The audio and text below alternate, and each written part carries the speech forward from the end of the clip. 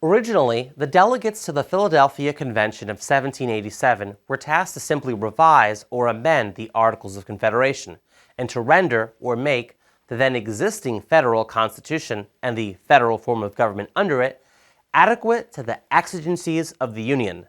In other words, they were supposed to keep their form of government and improve the Articles of Confederation to meet the needs of the crisis at hand.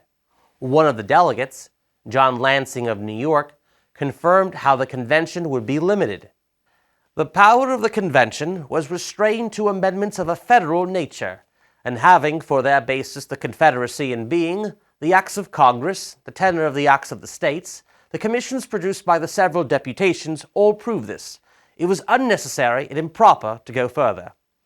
Add to that, the Articles of Confederation said that any alterations or changes to them had to be made by the Confederation Congress and afterwards confirmed by the legislatures of every state.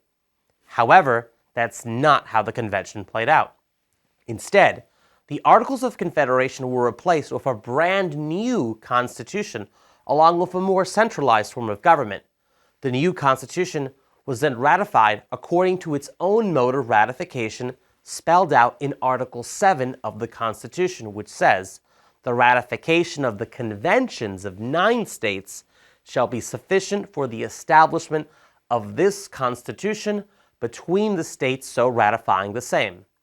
On June 21, 1788, New Hampshire became the 9th state to ratify it, and on September 13, 1788, with only 11 of the 13 states having ratified the Constitution, the Confederation Congress passed a resolution stating that the new Constitution has been ratified in the manner therein declared to be sufficient for the establishment of the same, and such ratifications duly authenticated have been received by Congress and filed in the office of the Secretary.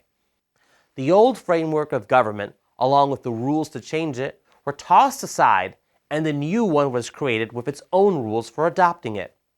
Given this historical precedent, who is to say that delegates to a constitutional convention under Article 5 today would not likewise dispense with our current constitution and draft an entirely new one containing a new form of government and new method for ratification?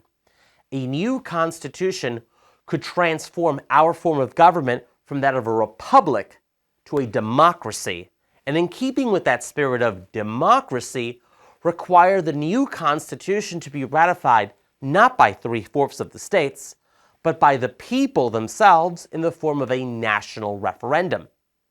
Given the results of the 2020 presidential elections, would you trust the results of a nationwide election to adopt a new constitution? Learn more about Article 5 and the amendment process by visiting jbs.org.